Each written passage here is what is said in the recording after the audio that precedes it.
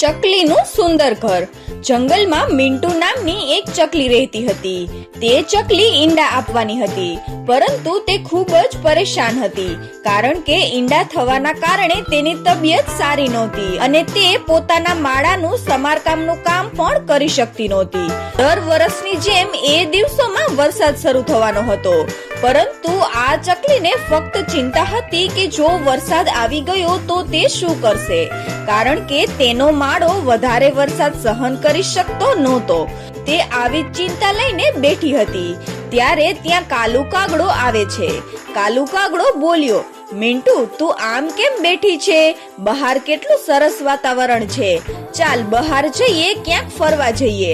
મિન્ટુ બોલી, ના કાગડા ભાઈ, મારા ઈંડા હવે થવાના જ છે અને હું બહુ પરેશાન છું.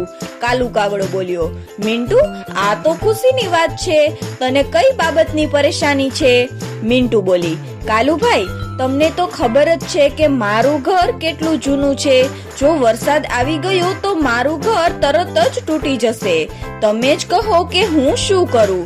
મારી તબિયત પણ સારી નથી.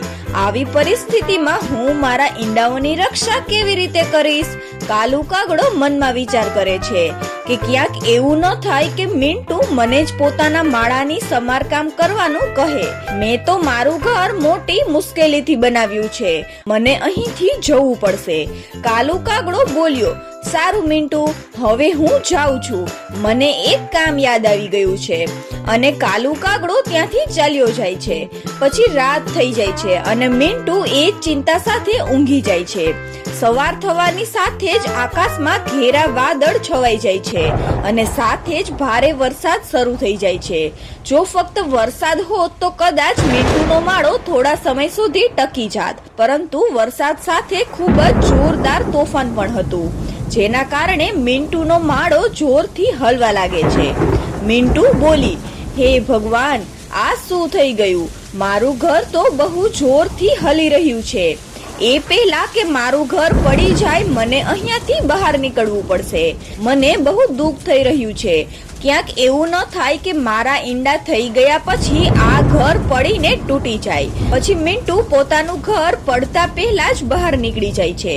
તે ઘરમાંથી બહાર નીકળે જ છે કે એટલામાં તેમનું ઘર પડી જાય છે. બહાર વરસાદ ખૂબ જ જોરથી પડી રહ્યો હતો. મિન્ટુ ચકલીના ઘરના નજીકમાં જ કાલુ કાગડાનું ઘર હતું. મિન્ટુ સીધી કાગડાના ઘરે જાય છે અને દરવાજો ખખડાવે છે. કાગડાભાઈ, ઓ કાગડાભાઈ, દરવાજો ખોલો. કાલુ કાગડો બોલ્યો, હા મિન્ટુ, શું વાત છે? આવા ભારે વરસાદમાં ઘરની બહાર કેમ આવી?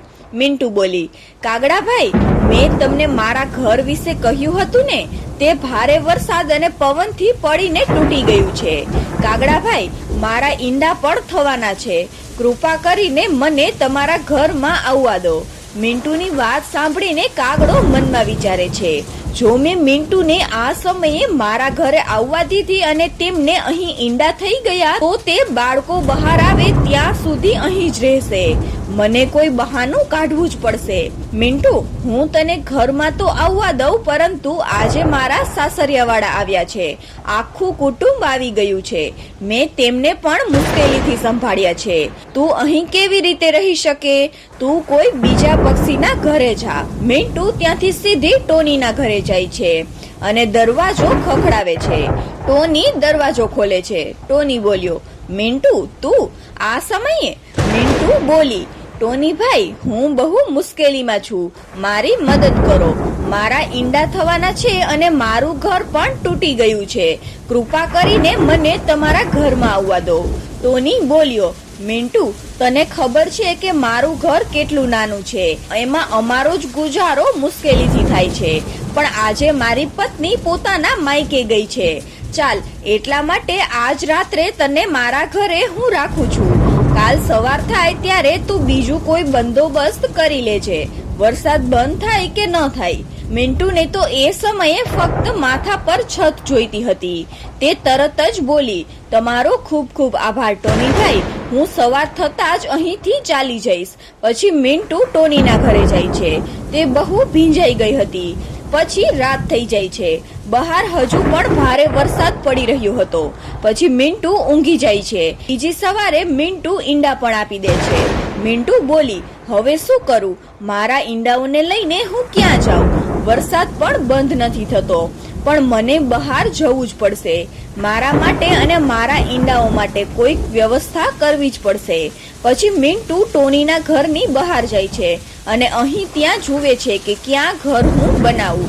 અચાનક તેની નજર એક વૃક્ષ નીચે પડેલા કદ્દુના વેલ પર પડે છે, જેમાં એક મોટું કદ્દુ લાગેલું હતું.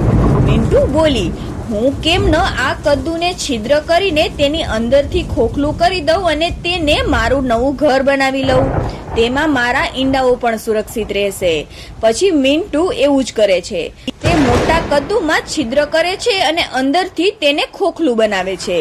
તેમાં તેને ઘણી મહેનત પડે છે, પરંતુ પોતાના ઈંડાઓ માટે તે હિંમત કરે છે. પછી તે પોતાના ઈંડા લાવીને કદ્દુમાં બેસી જાય છે. કદ્દુ તેના ઈંડાઓ માટે ખૂબ જ સુરક્ષિત ઘર બની ગયું હતું, પરંતુ વરસાદ હજી પણ પડી રહ્યો હતો અને સતત વરસાદના કારણે કાલુ કાગડાનું ઘર પણ પડીને તૂટી જાય છે. અને હવે તેને સમજાતું નહોતું કે તે ક્યાં જાય. તેને મનમાં મિન્ટુનો વિચાર આવે છે અને તે ખૂબ જ શરમાઈ જાય છે. કાલુ કાગડો બોલ્યો, આ બધું મને એ પાપની સજા જ મળી રહી છે, જે મેં એ નિર્દોષ મિન્ટુ સાથે કર્યું હતું. તે કેટલી બિચારી હશે જ્યારે તે મારી પાસે મદદ માંગવા આવી હતી અને મેં તેની વાત જ સાંભળી નહોતી. મિન્ટુ બોલી, કાગડાભાઈ, તમે અહીં આવી જાઓ, મેં મારું નવું ઘર બનાવ્યું છે. કાલુ કાગડો બોલ્યો, મિન્ટુ, આ કદ્દુનું ઘર? મિન્ટુ બોલી, હા કાગડાભાઈ, આ ખૂબ જ સુરક્ષિત ઘર છે અને ભારે વરસાદમાં તૂટશે પણ નહીં. કાલુ કાગડો બોલ્યો, મિન્ટુ, મને માફ કરી દે. મિન્ટુ બોલી, કાગડાભાઈ, તમારે માફી માંગવાની કોઈ જરૂર નથી. જે થાય છે એ સારા માટે જ થાય છે. પછી કાગડો શરમાઈને મિન્ટુના ઘરે રહેવા લાગે છે. તો બાળ મિત્રો, આ વાર્તા પરથી આપણને શીખવા મળે છે કે મુશ્કેલીના સમયમાં જે મદદ કરે છે તે જ સાચો મિત્ર હોય છે અને જે મદદ ન કરે તેમને પછી પછતાવો જરૂર થાય છે.